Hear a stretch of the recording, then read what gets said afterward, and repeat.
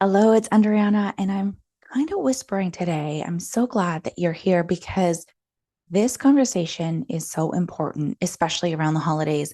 Now, I'm kind of whispering because two of my three boys are home with a little bit of a stomach bug today.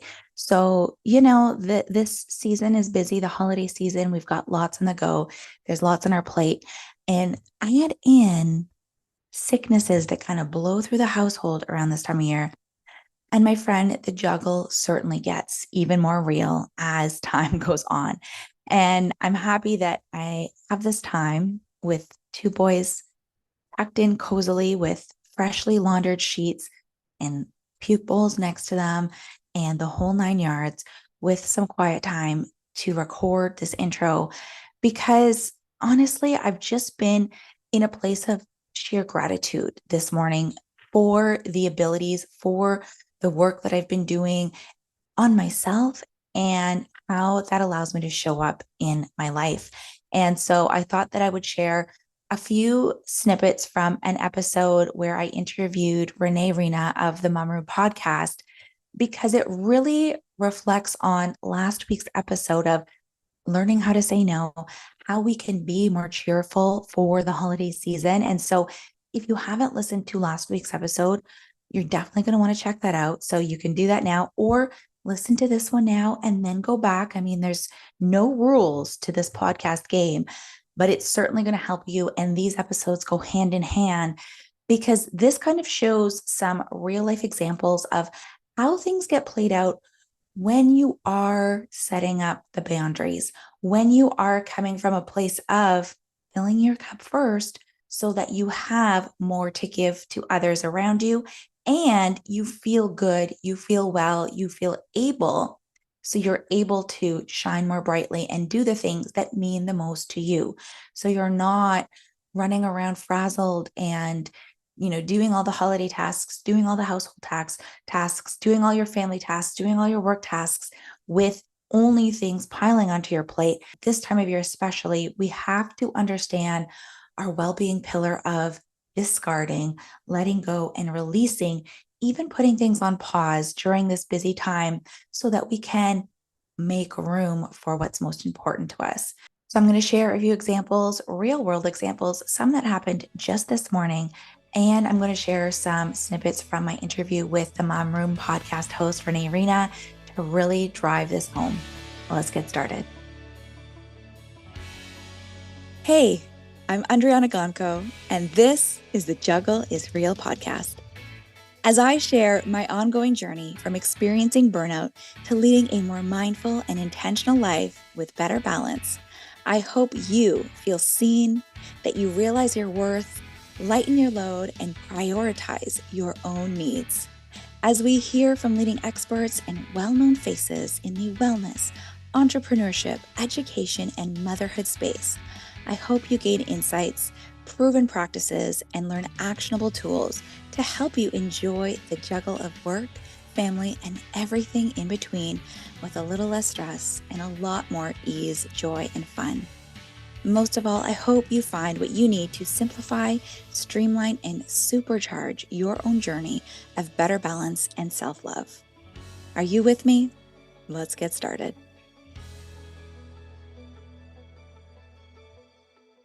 Before we get into today's episode, I have such an exciting announcement to share with you. And that is that the Juggle is Real Authentic Self-Care Planner and Activity Book for Busy Women is now available on Amazon. That's right, my friend. If you have been here for a while, you know that it is time to put yourself at the top of the list. And this Authentic Self-Care Planner and Activity Guide is here for you, to be there for you, to provide you with that accountability tool that you need to put yourself first. Because let's be honest, the truth is that there is no such thing as balance for busy women until we make one critical shift. And that shift will make you a better mom, spouse, colleague, leader, and friend.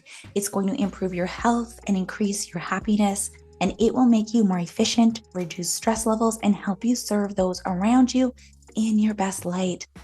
This shift, my friend, is putting you first and making yourself your number one priority in short and simple ways. Just like this podcast, the Juggle is Real Authentic Self Care Planner and Activity Book for Busy Women incorporates short, small, and simple shifts to help you put yourself first and prioritize your own needs. This is a 3-month self care planner and activity book based around 5 pillars to guide you through the process of looking at authentic self care practices as a necessary part of your life, to take small steps forward and to focus on your own well being to achieve small goals daily. It includes habit forming commitment prompts and breaks down your self care priorities into monthly and daily planning.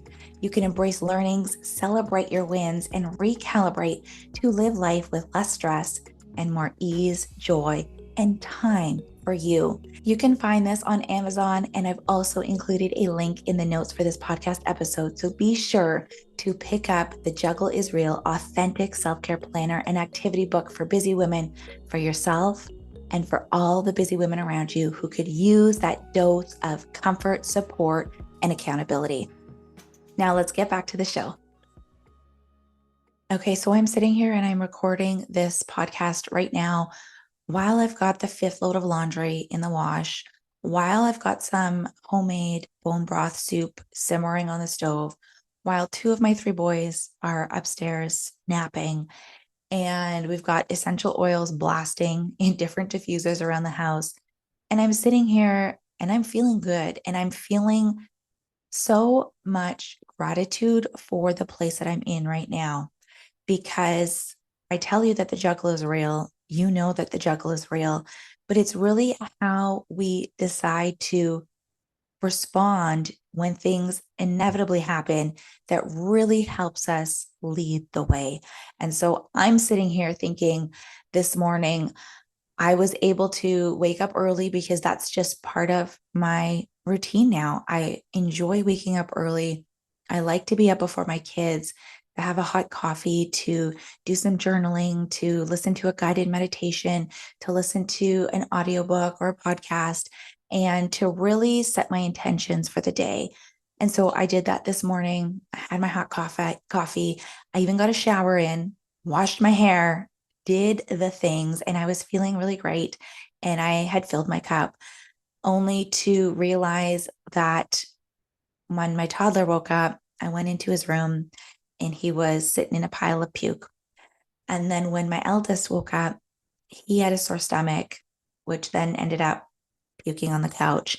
And so, these things happen, but I was literally thinking to myself, wow, I'm so thankful that I was able to do some things for myself, to be in a place where I can really respond in a way that is filled with love and compassion instead of reacting and freaking out and playing the victim. Because I know that not long ago, I would have really fell into a place of, how is this happening to me? Why does crap always happen? Why is my kid sick? Why do I have to deal with this right now? I have so much to do. I don't have time to be cleaning up puke and taking a day off work and rescheduling other podcast interviews so that I can be home to clean up and play nurse. I'm not joking you. This would have been the thoughts running through my head as I scrubbed, as I told kids to jump in the shower, as I put toddlers in the bath. This is what would have been running through my head. Doesn't sound great, but if it sounds familiar, no judgment, because I know exactly how it feels. And it's not great when these things happen to us. And I know that sometimes we don't have any control over these things, but it still sucks. My perspective now, after going through a lot of personal development, after doing the actual work of, mindset and hiring incredible coaches and going through my 5 pillars of well-being every month and setting my intentions and doing these small things every day to make myself feel good, has helped me in, honestly, the thoughts that I have. And I'm not saying that I'm perfect. Like, I still have negative thought patterns. I still sometimes fall into that victim mentality. but I'm much more aware of it now. And instead of messaging everyone I know saying, oh my God, poor me, like, look, listen to what I have to deal with, I was very quick to let the preschool teacher know that Zach wasn't going to be there, call the school, let them know the Ben wasn't going to be there, call the tutor, let them know we can't do the after school routine, and really just get into action from a place of, I'm so grateful that I can make the time to really be present in this moment and to help my children and to be here in a place where, gosh, I'm so grateful that I can do this all. Right. So, I guess what I'm sharing this is because this work really does help you. And I know that oftentimes when things pile up, when we feel stressed and when we feel overwhelmed, it can feel like, yeah, the world is happening to us, and we can fall into that victim mode really easily. And heck, like when you are overwhelmed, when you are stressed, when you are on overdrive, that's weakening your immune system too. And I'm not saying, hey, who knows right now? Like I could wake up with the stomach flu tomorrow, but right now I'm very healthy, very well. And my mindset is that I'm staying healthy for my family. I'm taking care of myself. I'm taking the proper precautions so that I can be there for my children. And so I'm able to remove things from my plate. I'm able to create the space that I need, and I'm able to just come from it from a different perspective. And so wherever you fall in the perspective, and I know, we're not all necessarily going to be thrilled when someone in your family has the stomach bug.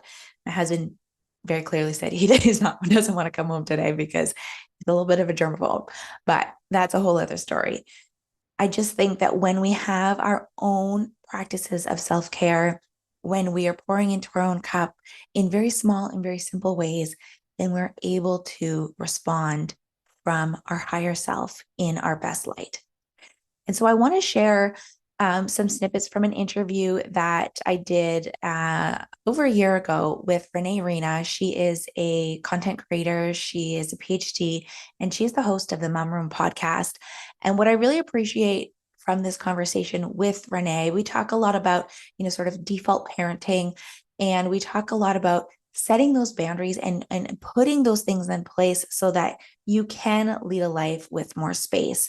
And so in this conversation, we're looking at how we can communicate with our partner, how having difficult conversations can be so helpful in the long run.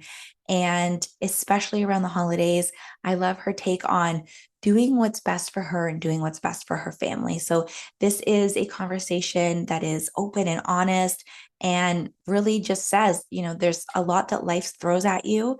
And the unexpected happens. And I'm living proof of that this morning. So I love Renee's no nonsense approach to having the tough conversations, laying it all on the line and moving past fear, moving past judgment to a place where you truly can find that better balance. So here are a few snippets from my conversation with Renee. One of the topics that you talk about that really resonated with me specifically, and I know it has with a lot of people, is really just being the default parent. And I want to touch on your thoughts about that, because I think that it's like sort of this topic that's coming up more and more people are recognizing it for what it truly is. So I want to touch on that. But just to start, in case anyone's not familiar, if you haven't heard this term, how would you describe being the default parent? So there's many ways you can describe it with regard to like, what does the default parent do? But what made me realize that I was the default parent, and I didn't realize it until it was quarantine, was it would be like Saturday morning, let's say, and I would have to tell my husband, or I felt like I had to tell him, that I had to go to the bathroom. I would be like, I'm just going to go to the bathroom, okay? And it was like, I needed the eye contact from him to like, no, I am leaving the room. So now you have to have your eyes on Milo. Because at the time, Milo was at that age where like they will hurt themselves if they're not being watched. Yeah. I have a toddler. I know. That's yeah, it's a rough age, but And I found it interesting because my husband would never do that when he had to leave the room. Like he would just get up and go. And I was like, well, that's interesting. Like, why do I feel like I have to announce when I'm going to be leaving the room, but he doesn't?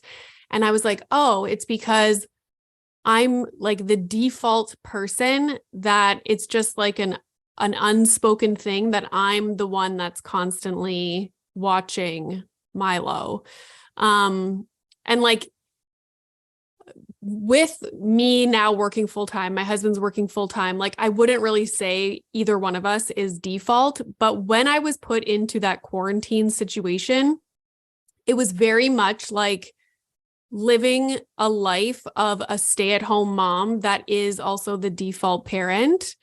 And I just realized how so many moms must feel and live and how their days go, how their weekends go. And I was just, my mind was blown. I was like, this is really difficult. Luckily, I have a very like understanding, supportive partner that I could have these conversations with and bring things to him that were bothering me. And we made changes. Like I always talk about him on Saturdays going out to cut the grass. And I was like, why am I going to rage right now? Like feeling so angry because he wants to go cut the grass. And it's like, because I've been home with Milo all week and finally it's the weekend. I've been looking forward to him being home because now I have help and like there's somebody else there, an adult, and he's going to go outside and cut the grass for an hour and a half. And I was like, no, like this is driving me nuts. And so all these little nuanced things are examples of things that I would put out in TikToks and people are like, oh, I feel the exact same way. Like I never understood, like, why am I so angry that my husband comes home from work and he starts like doing the dishes or making dinner? Like on paper, that looks great. But no, when you're the default parent, it's like you're excited for your partner to come home. And then as soon as they come home and start putting their attention somewhere else, it's like, well, you might as well just not be home now. And so we had to like have a discussion, like when you come home from work, come and sit with me for 10, 15 minutes. I've been looking forward to you getting home all day. So when you just like come in, give me a kiss and like go off and start doing something, now I am stuck doing what I've been doing all day, where I was looking forward to you coming home so I could have some kind of relief from being a mom all day. And, you know, so it's like such a nuanced thing. And it like, there's so many things that could describe being a default parent. Like, are you the one that consistently packs the diaper bag? Are you the one that's always putting the sunscreen on the kids? Are you the one that always makes the lunches, picks them up, drives them to school? Like it's a million things. So, well, it's, yeah, like, I mean, now that I'm more aware of it, I think oftentimes, and, you know, perhaps it was the way we were raised, perhaps it's things that we're seeing in society. I mean, you watch any television show or movie or anything, right? Like it's typically primary caregiver oftentimes is the mom, and that's the person who we see as being responsible for these things. But now that I'm aware of this title, I notice it more. You know, like I make dinner and I have 3 young boys. So I'm getting all of their plates ready. My husband just gets himself his dinner, goes, sits down, starts eating his dinner. Then I get all my kids' food, get them ready. Everyone has their plates. Everyone's sitting down. Then I get my food and I'm just sitting down at the table. My husband's already pretty much done his dinner. I just sit down, I'm starting to eat. And then one of my kids is like, Mom, I'm thirsty. Mom, I want more of this. Mom, and I'm like, what? Like literally across the table from you is an adult, a parent, your father, very able-bodied, very capable of doing these things. Yet somehow this is a role that I have taken on, right? So it's interesting to be aware of it because now we can have those conversations, right? So it's like now if someone asks, it's like my husband will just stand up and do that, even if they're asking me. It's like, no, this is something that Daddy can do. And then also having the conversations when I notice that things are piling on and you know, being like, hey, well, can you do this task or can you manage this? Because I think it's a lot in, you know, talking about, you know, this invisible workload. I think there's sort of, there's some similarities and some comparisons. So when we're talking about all of this and like whatever title you want to put on it, like what are your thoughts for managing those tasks and managing those expectations? Is it all about communication, or what would you say would be helpful? And I mean, both of our perspectives, we both do have spouses who are helpful and who are in the home.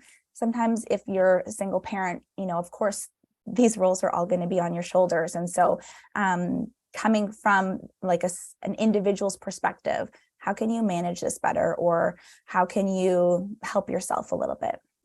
Communication is huge. And it's also, I think, understanding that for the most part, obviously there's going to be exceptions to this, it's not anybody's fault. Like, it's often just your family. It's like a dynamic that just builds over time in the family, and you don't even realize it. And then one day you're like, okay, why am I so stressed out? Why do I feel burnt out? Why are they always coming to me to ask for things? And it's because like over time, it has just like built into what it is. So it's really, I always tell people, like, if you find yourself irritated at any point in the day, don't react in that moment. Like, for example, when my husband comes home from work, I was like, I had to sit and think, like, why am I grumpy when he comes home from work when I've been looking forward to him getting home? And it was like, oh, because my expectations are that he is going to come home and like my life is all of a sudden going to change, like I'm going to have another adult there. My responsibilities with regard to taking care of Milo are going to be like less. But that wasn't happening. He would come home and nothing was really changing because he would start making dinner. He would, whatever. So it's understanding why you're irritated. Like, why are you stressed out on Sunday night? Is it because nothing is getting done to get the kids ready for school on Monday that like could have been taken care of, Friday evening? Or so it's like really pinpointing what it is, like what your expectations are, what is actually happening, and then going to your partner with like concrete changes that could happen to alleviate the stress or make you feel better. So for me, it was like, when you come home from work, like I've been looking forward to you coming home all day, and then you come home and start doing the dishes, which like I understand is great. People think I'm crazy because I don't want my husband to do the dishes, but it's true. Like that is not my need in that moment. Like my need of like spending time with him and communicating with him and connecting with him is much more than the dishes being done. And so it's understanding that and going to them with concrete plans of how things can change. How do we make this shift? I feel like we have to have these conversations. And even if at first we have to be telling, and I understand how frustrating it sounds, or it might be at first, but like, how do we go from having all of this on our plate to now removing some so that we don't have to manage as much? So our invisible workload is lessened slightly, like, is it just about having an honest conversation, or is it like, do we have to lose our shit and like go berserk and like have these blowout fights? And then all of a sudden it's like, okay, honey, yeah, I guess I'll clean up tonight. So how do you go about making that change if you don't have a spouse who's always been doing everything from day one? Something that you said that I wanted to bring up and you reminded me was like the mom being like a perfectionist. So have you ever heard of the term maternal gatekeeping? No. So it's like, for example, I do it sometimes too.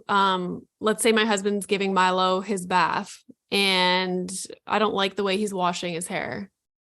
I'll like just go in and be like, I'll do it. Like, I'll do it, or I'm constantly like, you need to rinse his hair more. He's going to have soap left in his hair. Or so we are almost not even giving our partners the opportunity to take on the tasks. And so what happens when that is constantly happening is that they lose confidence, and then it makes them not even want to try going forward or to take on things because they feel like they're never doing them right.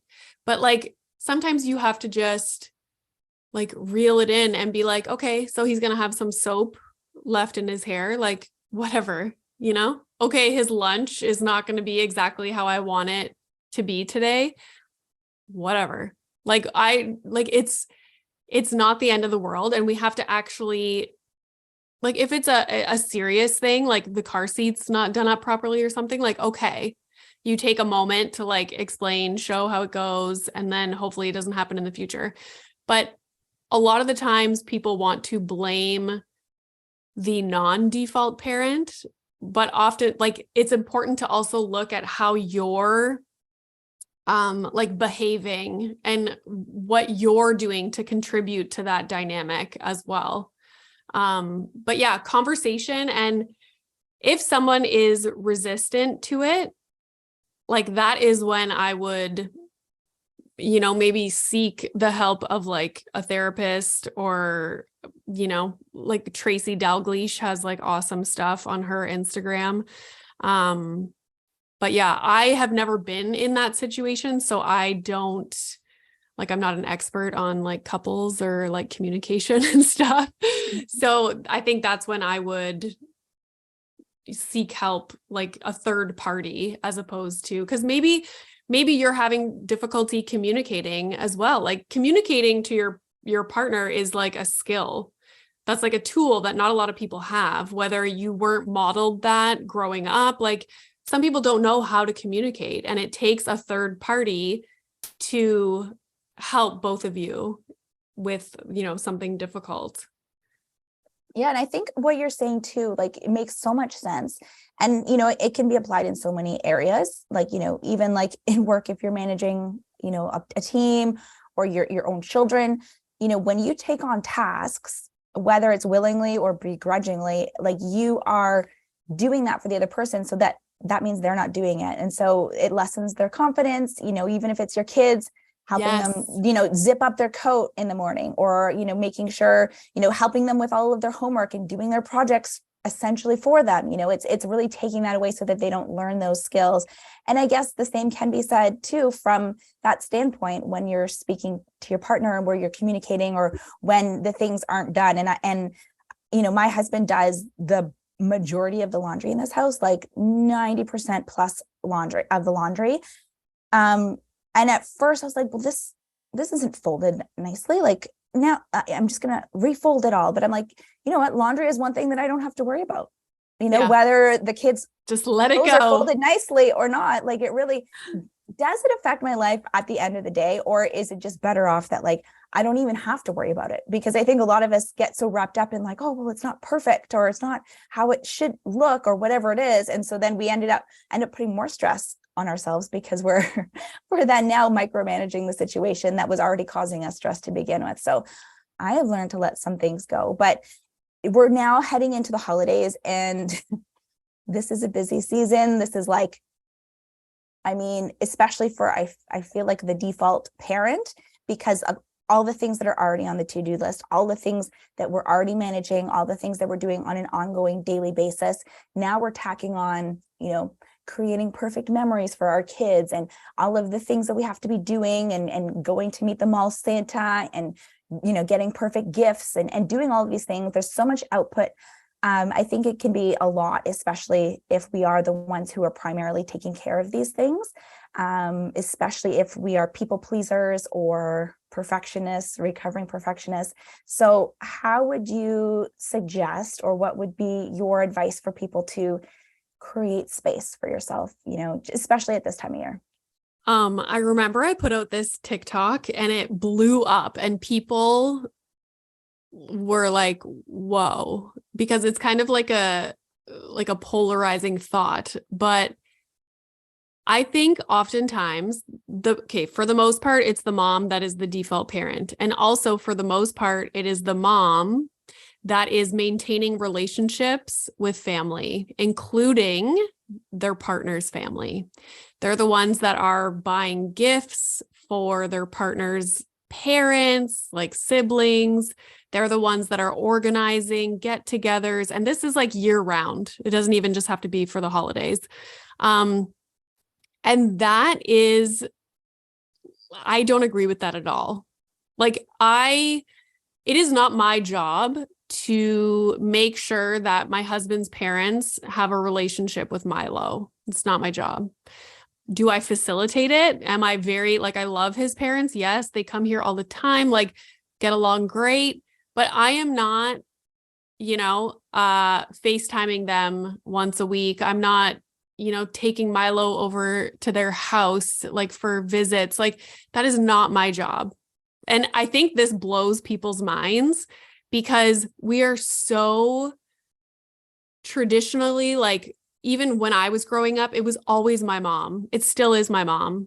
I don't think my dad has ever planned like a get together in his life, and it just like trickles down generation to generation. And it's always just usually the moms or the women that take care of all this stuff. And the holidays, that like triples, right? Because it's a ton of gifts, a ton of get-togethers, a ton of like all this different stuff. And I think people just need to start setting boundaries and being like, you know what? You can send all the Christmas cards or whatever you celebrate cards to all your family, and I'll take care of my family. Or, oh, your parents want to come over, like you can book their flights, or like you take care of it. You pick them up at the airport. We take on everything. And for some reason, I just didn't get that passed down to me. And I'm like, what is happening? But it is a huge, like, mental load, like physical, like go out, get the gifts. Like, even when people ask me, oh, like, what should I get Milo this year? I'm like, I'm not, like, I have my own gifts to buy, like, figure it out. Like, oh, what should I get your husband for Christmas this year? Or like, oh, like, can you give me some ideas to buy for Milo? It's like, no, I'm not doing your mental load. I can tell you he likes Spider-Man. My own gifts to buy. Yeah. Exactly. And it's like, it's just a lot. So I don't put pressure on myself. Like, we celebrate Christmas. We don't send out Christmas cards. We don't, like, we're going to go take him to the mall to take a picture with Santa. My husband's the one that booked it online. Like, I like decorating the house for Christmas. And so I take on that because my husband doesn't care. But like, I just don't make more work for myself than there has to be. And like, when we hosted Christmas at our house a few years ago, we ordered dinner from a place. I was like, I'm not cooking. I'm not, like, I grew up with all the women being in the kitchen, stressed out for like 6-8 hours all day. I'm like, your whole family is here and you're not even enjoying the day. You're like worrying about the turkey and like this and that. And, oh, can someone run to the store and get butter? And I'm like, what is going on? Like, we're supposed to be like enjoying the holidays and everybody is so stressed out. I was like, we're ordering dinner and we'll do it again this year. We're going to order from Farm Boy and just, Yes. it's like less I work. love that. Yes. Enjoy yourself. Like, yes. Yeah. I call it gearing down for the holidays. It's like, how can we simplify instead of making it like this big thing where you literally need to take a holiday from the holidays? Like, how, Yes. like, do you really want to be so exhausted that you like have a migraine Christmas morning, or like you barely got any sleep, or, you can't even remember, up from down or whatever? Yeah. It really is that perspective of like, well, do you want it to look perfect?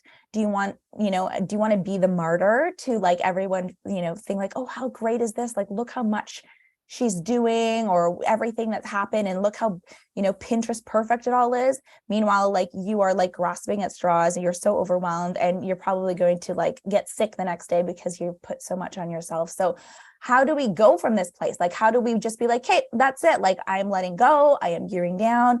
I love how you said like setting up some boundaries, saying no to more things. Is it like sitting down in advance and just being like, hey, this is what we're going to do, or just kind of in the moment being prepared to, let those expectations go? I think oftentimes people do this to themselves because of what other people think. So if you grew up with like these big, elaborate Christmas celebrations, you feel like, oh, now you have to do that. I just don't worry about what people think. Like when we hosted, I think I made a little invitation that like laid out exactly what was going to happen. And that was it. Like I had a little like gift giving game in there with like the instructions. And I was like, okay, like show up at this time. Like we ordered dinner from this place. It's going to arrive at this time. Come in your pajamas if you want. Like just make it, just do it. And if your mother-in-law or your parents are like, oh, geez, like somebody's like, oh, like the tradition is ruined or whatever, like, so be it. Like, that's fine. Like people put so much pressure on themselves because of what other people, like what they think other people's expectations are. And it's like, no, like we had Thanksgiving here. We ordered it from Farm Boy and everyone just like made their plates and we were just like sitting around. And I think my mom's the only one that actually had like an outfit on. Like we were all just like comfortable and yeah, it's so much more enjoyable. Yeah. And I think too, like at the end of the day, even if there might be like a little quip or something under the breath, like once you have that experience where everything is sort of chill and easy, and you know, a lot of times when you're stressed, like that energy really like radiates. And I find like kids pick up on that a lot Oh, too. yeah. Like if they see like their mom or like, you know, having like, we got to clean or we got to whatever, and like we got to get ready, like that's not a fun experience for them either. And I think that really like affects them as well. And so when there's so much pressure put on things, you know, be it the holidays or whatever time of year, I think you know, when we can pare down and say no, then it is just a more enjoyable experience overall. So when we go about setting these boundaries or saying no or whatever it is, sometimes initially it seems scary, but following through and actually doing it is like, you realize once you're on the other end of it, right? Like once you go through that process. So I mean, yeah. And people are resistant to change when it comes to holidays. But like, keep in mind what our Christmas this year is going to look like is going to be totally different in 5 years.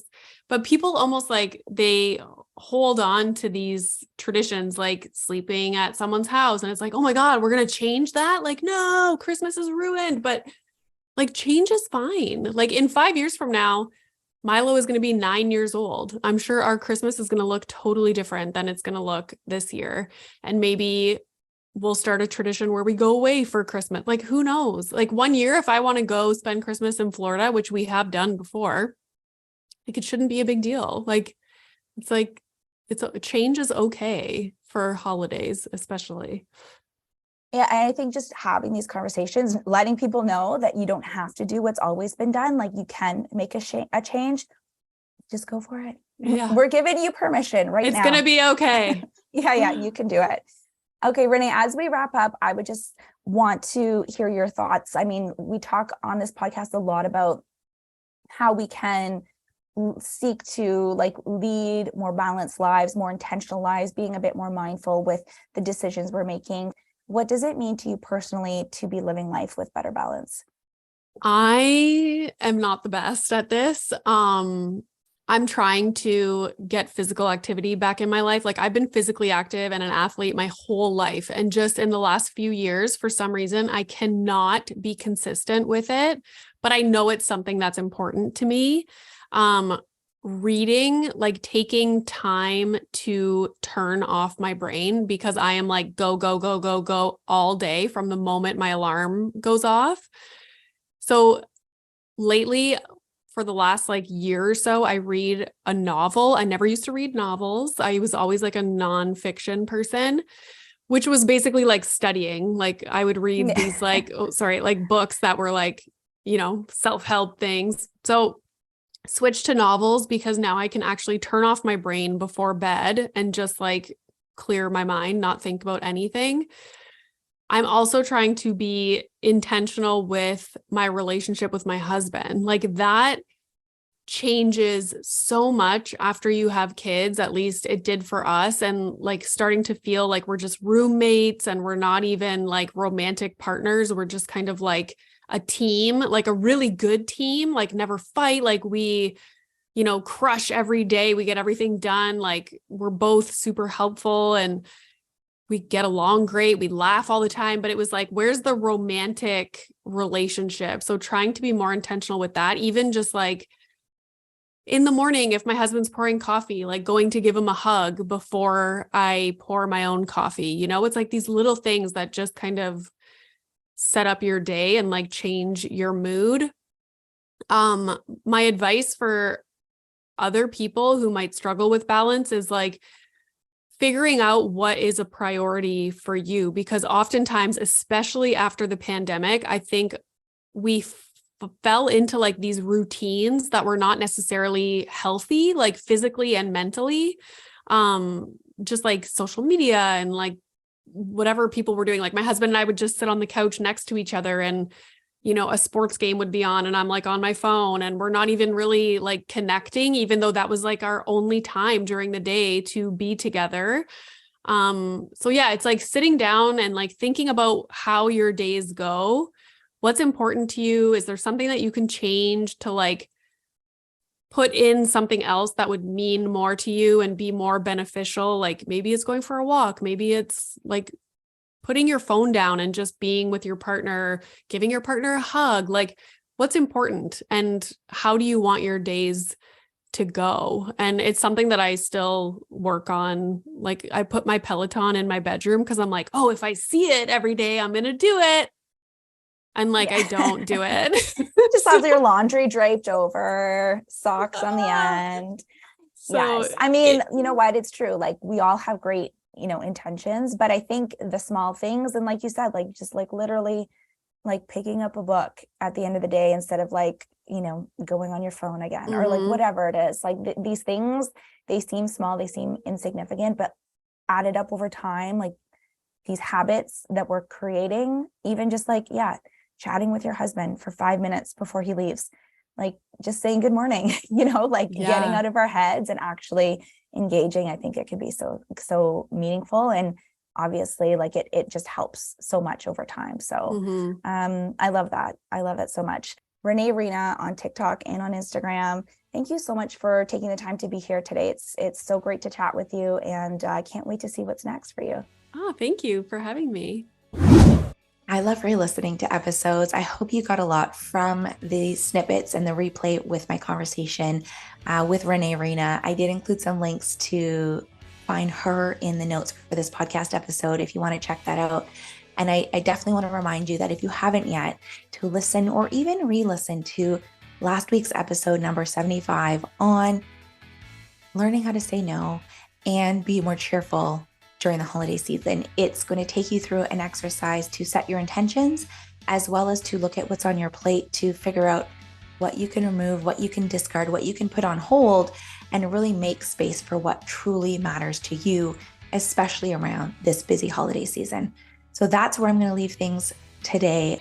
If you liked it, if you think that someone else could benefit from listening to it, please rate this episode, write a review, share it with a friend, share it to social media, take that screen grab, tag me. I would love to see. I send you so much love, and I can't wait to see you here for another episode of The Juggle is Real. Take good care.